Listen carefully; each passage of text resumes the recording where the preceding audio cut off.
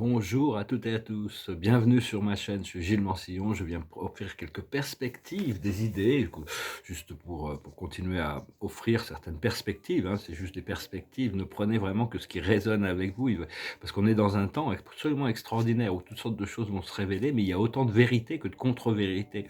Et donc je vais un peu revenir là-dessus, je voulais parler déjà des ovnis, on va entendre de plus en plus parler des ovnis dans les grands médias. La plupart des ovnis dont il est question ici, comme le président Biden a dit qu'ils ont détruit 3 ovnis en dehors des ballons, c'est que en réalité ce ne sont pas des ovnis extraterrestres, ce sont des technologies qui viennent d'organisations secrètes qui ont capturé certains objets, des objets volants identifiés, hein, extraterrestres, qui n'appartenaient pas à la Fédération galactique de la lumière, et dans les années 50, 40, 50, et ils ont créé ce qu'on appelle le rétro-engineering. Ils ont utilisé certaines de ces technologies pour créer des programmes spatials secrets qui vont aussi se révéler et qui ont plusieurs centaines d'années d'avance sur ce qui est connu par l'humanité, mais donc on va entendre de plus en plus parler d'objets volants non identifiés. C'est pas parce que c'est un objet volant non identifié que c'est forcément extraterrestre. Un oiseau peut être un objet volant non identifié si on ne reconnaît pas que c'est un oiseau, hein, et qu'on ne peut pas l'identifier. Donc, mais enfin bon, ça commence à introduire l'idée, la perspective du fait qu'il peut y avoir des sociétés extraterrestres qui existent pour l'humanité. Et donc, en réalité, pendant très longtemps, il y avait des forces négatives extraterrestres qui ont pris le contrôle de cette planète, on va savoir, hein, mais qui n'ont plus, leur fenêtre d'opportunité est passée. Ne vous en inquiétez pas de tout ça, hein, que ce soit les Orions, les Zeta Reticuli négatifs, les Orions négatifs, les Draco-reptiliens négatifs, les Dracos, les reptiliens. Il y a toutes sortes de civilisations qui ont pris, qui ont cherché à utiliser cette planète comme des formes de ressources, mais ils sont vraiment, ils n'ont plus accès à cette planète. Et d'un autre côté, il y avait quelques extraterrestres bienveillants qui voulaient protéger la planète, comme les Pléiadiens, les Syriens, les Arcturiens, les Andromédains et d'autres, qui avaient un intérêt sur cette planète. Mais maintenant que la planète est prête à son ascension, il y a des milliers de civilisations positivement orientées qui s'intéressent à cette planète, et donc les forces forces de la lumière sont vraiment bien supérieures à toutes ces forces d'obscurité. Donc c'est un petit peu comme si bon, toutes ces forces de l'obscurité qui sont maintenant déconnectées de leur maître extraterrestre, euh, joue sur un échiquier en 3 dimensions, alors que les forces de la lumière jouent sur un échiquier en 5e dimension. Donc vraiment, tout fait partie du plan, et donc c'est juste de permettre une révélation très progressive pour que l'humanité puisse accepter ces choses et savoir que bon, les forces de la lumière ne sont aucunement en danger des forces militaires terrestres, hein. Ils sont vraiment des millions d'années d'avance technologiquement, seulement ils ne sont pas dans le jeu de tuer. C'est-à-dire que même s'ils ont des forces négatives belligérantes en face d'eux, ils ne vont pas faire de mal à aucun être humain. Donc ils doivent attendre leur moment pour pouvoir être introduits dans la paix. C'est très important de maintenir la paix, la sérénité, être calme, garder son esprit ouvert, son esprit léger. C'est ce qu'il y a vraiment de plus important actuellement, hein.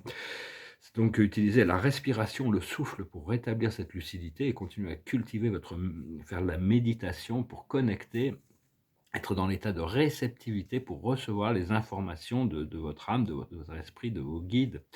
Et donc, enfin, tous les même par rapport à l'état profond, tous les ovnis qui ont été abattus, c'était probablement des drones, hein. L'état profond ne va pas lancer ses pilotes pour être rabattus, hein, puisqu'ils sont quand même bien en avance. Alors, je vais parler des fédérations. Il y a toutes sortes de fédérations qui existent. Il y a des fédérations galactiques, des êtres. Il y a la Fédération galactique des mondes, qui est une organisation de la 4e dimension, mais qui n'est pas connectée directement au Créateur. Ils sont positivement orientés, mais ils sont vraiment dans une lutte de pouvoir et d'opposition avec les forces négatives. Enfin bon, je vous rappelle la Fédération galactique des mondes. Et au-dessus de ça, qui sont 4e dimension, il y a la 5e dimension, c'est la Fédération galactique de la lumière, qui sont unifiées et connectées à la Fédération intergalactique des mondes libres, qui sont différentes fédérations qui sont là pour le commerce et les échanges, d'autres qui sont là pour la science et l'exploration, d'autres qui sont là pour défendre les planètes, pour libérer les mondes. Il y a toutes sortes de fédérations qui sont sous le commandement d'un amiral qui s'appelle Sananda, qui est reconnu comme le Christ, hein, des forces christiques d'amour et de lumière qui sont unifiées. Et donc il y a toutes sortes de fédérations, hein, qui existent, mais bon, c'est des fédérations qui ont été créées pendant les guerres galactiques pour des raisons de sécurité et pour des raisons culturelles. Et il y a des centaines de milliers de mondes qui sont connectés à tout ce conglomérat de fédérations qui travaillent pour la liberté et l'ascension de toute la galaxie.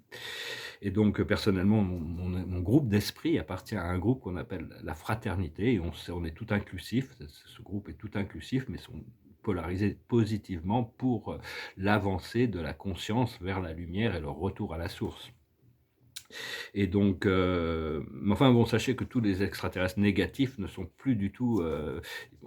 Si on les ramène dans notre conscience et qu'on leur redonne du pouvoir, on essaye tout ce bon, c'est pas, il y a beaucoup de gens qui ont des bonnes intentions, mais qui ne comprennent pas que les choses ont évolué et qu'on se prépare vraiment pour des choses beaucoup plus avancées. Mais enfin bon, il va y avoir ce rapprochement, ce contact. Il va y avoir aussi avec les Sassanis, qui sont une race d'hybrides qui avait été créée entre les États réticuli et l'humanité, qui a été projetée dans le passé très lointain et qui ont évolué. Ils sont dans dans les hautes sphères de la 4e dimension, et ils se préparent pour le rentrer dans la 5e dimension. Ils pourraient faire partie du premier contact, bien que les Pléiadiens pourraient être quand même pour être le le groupe qui nous ressemble le plus, hein, au niveau génétique, et donc ils devraient être les premiers à faire ce premier contact. Donc, mais enfin bon, on a tous des connexions galactiques, en fin de compte. C'est pas parce qu'on a c'est une corrélation familiale, hein, qu'on a des. Moi, personnellement, j'ai des relations familiales sur Vénus, sur Sirius, sur Arcturus, dans les Pléiades. Mais enfin, mon point d'origine, notre point d'origine, c'est l'étoile du Nord, c'est Polaris, qui était en fin de compte une des premières groupes qui ont commencé à s'installer dans ce coin de l'univers, hein, avec les Lyriens. Et donc on a des connexions très anciennes avec toutes les familles. Et en réalité, il y a vraiment la famille de la lumière et les frères de l'obscurité qui ont choisi une relation négative. Mais même eux, ces galactiques négatifs, qui peuvent être ascensionnés aussi, mais qui ont une position négative, ont reçu vraiment le commandement de rétablir l'équilibre sur Terre pour pouvoir obtenir la miséricorde du Créateur. Parce que bon, ils savent aussi que leur plan ce désir de servir soi-même ne va pas aller très très loin, hein. Donc de toute manière, donc voilà, je voulais juste, je veux vous préparer. Enfin bon, beaucoup des gens, pour le moment, cette chaîne est très intime. C'est juste pour des gens qui sont vraiment déjà dans cette connexion cosmique, dans cette relation à la source. C'est vraiment bientôt, je vais devoir je préparais pour mes affaires.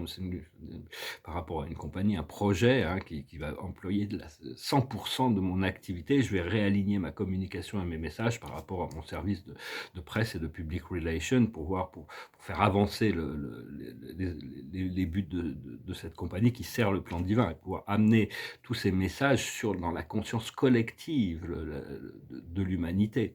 Ça va être quelque chose d'assez progressif, mais enfin très agréable. Et donc, personnellement, là, je vois aussi que dans ma méditation, je m'aperçois que je suis souvent appelé à serrer des mains de grands responsables politiques, des militaires, des gens. Des fois, ils se présentent à moi, et donc ça veut dire qu'ils sont du côté de la lumière et qu'ils vont servir, ils sont instrumentaux par rapport à mon implication dans ce plan.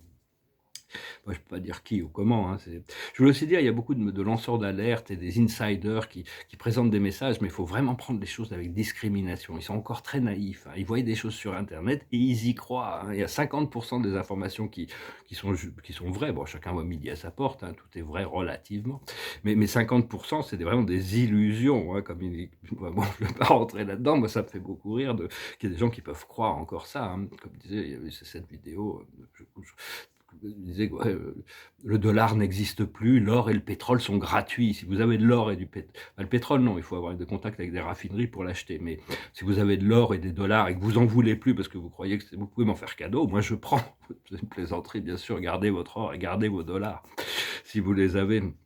Mais enfin, il y a tout un système de Nessara, Gessara, système quantique qui va être introduit progressivement, qui va rétablir un équilibre, une transparence sur une économie inclusive où les gens pourront avoir tout ce qu'ils ont besoin. On a besoin de passer d'un système de pénurie à un système d'abondance avant de pouvoir se débarrasser de ces choses et rentrer dans un véritable dans un véritable système galactique, une société galactique. On va devenir des citoyens galactiques et on va être connectés. On est vraiment une génération transitoire où on va vraiment rentrer dans cet univers de Star Trek. Hein, un peu, ça va être des grandes découvertes, quelque chose de vraiment merveilleux. Mais enfin, pour le moment, on doit s'occuper des choses qui nous tiennent à cœur. Moi, personnellement, c'est mes projets mes projets de galerie, j'ai pas mal de projets qui vont être centrés sur, sur l'évolution d'une nouvelle renaissance sur Terre, hein, revenir se présenter des nouvelles idées, de nouvelles valeurs, présenter, enfin, on travaille tout ça dans le niveau dans lequel on a été appelé, hein, c'est ce que notre cœur nous guide, hein, donc voilà. Bah écoutez, je venais vous saluer aujourd'hui, enfin, il y a beaucoup d'alliances aussi qui ont été créées, des alliances, l'alliance pléiadienne, syrienne, arcturienne. C'est vraiment des alliances qui ont été créées, qui sont vraiment aussi des grands supports et travailler avec les conseils de lumière. Les conseils de lumière sont dans la lumière. S'il n'y a pas le mot lumière, c'est qu'ils ne sont pas dans la lumière, en général. Bon, enfin, non, c'est pas forcément, mais enfin bon, c'est la différence entre la Fédération Galactique des Mondes et la Fédération Galactique de la Lumière. La Fédération Galactique de la Lumière est interconnectée, alors que la Fédération Galactique des Mondes est une force d'opposition à certaines dans la troisième et quatrième dimension qui s'opposent aux forces obscures. Enfin, on n'a pas besoin de participer à des choses inférieures. Cela dit, c'est des forces qui sont positivement orientées quand même, hein, donc il faut vraiment pas rentrer, il faut vraiment cultiver l'inclusion, hein, voir que tout ça fait partie d'un plan grandiose, d'un créateur sublime, d'une lumière. C'est à lui que revient tout le mérite de toute l'évolution, hein, de toute manière. Donc on travaille pour... nous ne sommes jamais que des messagers ici-bas. Donc voilà, je vais tirer quelques cartes aussi, faire un petit oracle. Je finis ces petits tableaux là quand même. C'est des petits tableaux que je viens de finir. Ils sont assez simples, hein. C'est des paysages de printemps sur les montagnes. Celui-là est un petit peu plus grand. C'est un peu le même chose avec les fleurs et puis les sapins de l'autre côté. Et celui-ci, ça s'appelle The Will I Am to Shake the Spears. La volonté que je suis de secouer la lance. Un hommage à Shakespeare. C'est sur Macbeth, mais il est pas mal. Je l'ai dynamisé, hein. Puis là, on voit pas très bien, mais il y a des couleurs métalliques sur les lettres. J'ai mon tableau de cosmologie, j'ai un petit tableau de cosmologie qui avance, hein, il va être assez, un peu différent. Je n'aime pas trop être répétitif, donc j'essaie de trouver toujours des choses nouvelles. Ça, c'est mes deux autres tableaux qui avancent aussi. C'est pas facile de voir avec cette lumière les progrès. Enfin, ils ne sont pas complètement finis, mais ils avancent. Je dirais un peu le Nouveau-Mexique, hein. Les paysages du Nouveau-Mexique. Et bien que ça ait été inspiré a priori par les Alpes. Donc voilà, écoutez, je vous remercie d'aimer, de partager, de commenter, de souscrire. Je n'étais pas vraiment guidé à venir faire des vidéos. Je sais que je vais devoir complètement arrêter de les faire, hein. Je vais devoir m'occuper de mes affaires et ma communication va être alignée avec la promotion de tous ces projets qui vont arriver, qui vont rester dans le même esprit, de continuer à cultiver l'ouverture de la conscience et la liberté, hein. On est là pour libérer. Mais la liberté veut dire de pouvoir penser par soi-même, d'être libre, de ne pas être soumis à un système de croyances externe, hein. On doit développer notre propre système notre propre connexion, notre moi connecté à la source et recevoir les informations progressivement dans chaque moment présent. Je vais finir avec une chanson, c'est une chanson un peu romantique, une version américaine d'une chanson française. C'est de l'autre côté de la chanson que j'ai chantée hier. Alors ça s'appelle If You Go Away. If you go away on this summer day, then you might as well take the sun away. All the birds that flew in the summer sky, when our love was new and our hearts were high, and the day was young and the night was long, and the moon stood still for the nightbird's song. If you go away, if you go away, if you go away. But if you stay, I'll make you a day like no day has been or will be again. We'll sail the sun, we'll ride on the rain, we'll talk to the trees and fly with the wind. But if you go away when I love you so, there'd be nothing left in this world, you know. Just an empty space full of empty rooms, like the empty look I see on your face. If you go away, if you go away, if you go away. But if you stay, I'll make you a day like no day has been or will be again. We'll sail the sun, we'll ride on the rain, we'll talk to the trees and fly with the wind. But if you go away, if you go away, please don't go away. Chanson parlait de ne t'en vas pas, ne me quitte pas, comme disait Jacques Brel. Mais bon, mais si tu ne pars pas, je rendrai cette journée merveilleuse, plein de magie. On doit pouvoir recréer cette magie, cette bien-être chaque jour, de pouvoir créer des choses, vivre une vie complète, une vie pleine, hein, même si on a dû passer du temps à trouver son intériorité, à développer notre intériorité. On était entouré de lumière, mais maintenant, bon, les choses ont évolué, les choses ont changé, et on se rapproche tous les jours de notre point de liberté. Je vais retirer quelques cartes pour voir ce que les anges, je vais finir avec une carte avec les archanges. L'observateur, c'est la réparation. Tous les systèmes, aussi bien dans notre vie que les systèmes terrestres, sont à un tel point c'est vraiment la faillite du système, hein. Et on va devoir recréer, se réinventer, renaître, créer une renaissance. Chaque pays va devoir se réinventer. La plus haute sagesse, c'est la générosité, être généreux matériellement et spirituellement, ne pas avoir des jugements trop sévères vis-à-vis de nous-mêmes ou des autres aussi. Ce qu'il faut comprendre, c'est l'indulgence. Arriver à être indulgent avec nous-mêmes, mais sans trop d'indulgence, pour rester sur les rails quand même. Ce qu'il faut faire, c'est la famille. La famille, continuer à cultiver. En réalité, on n'est qu'une seule famille sur Terre. On est la famille de Dieu. On est tous des enfants de Dieu. Et donc, on est une seule famille en réalité. Cela dit, on a des connexions beaucoup plus profondes avec certaines personnes, parce que c'est des connexions d'âme, hein, qui sont là. Donc, il faut continuer à cultiver. Mais il n'y a qu'une seule âme en réalité, hein. Donc, on peut tous se connecter à travers l'âme. Et quand on connecte à travers l'âme, les relations deviennent beaucoup plus profondes.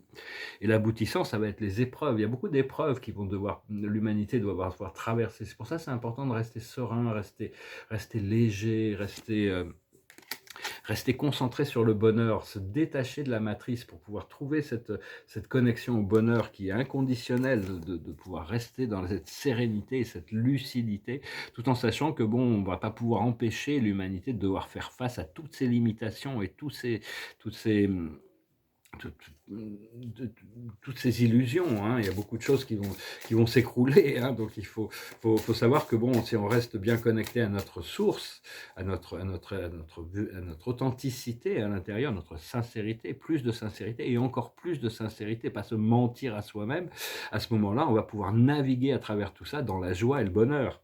Et la carte de la journée, c'est l'As de Raphaël. L'As de Raphaël, c'est l'As de coupe ici, hein. C'est vraiment sur l'amour, le partage, une expérience positive sur le plan émotionnel. Vous serez comblé par une relation romantique.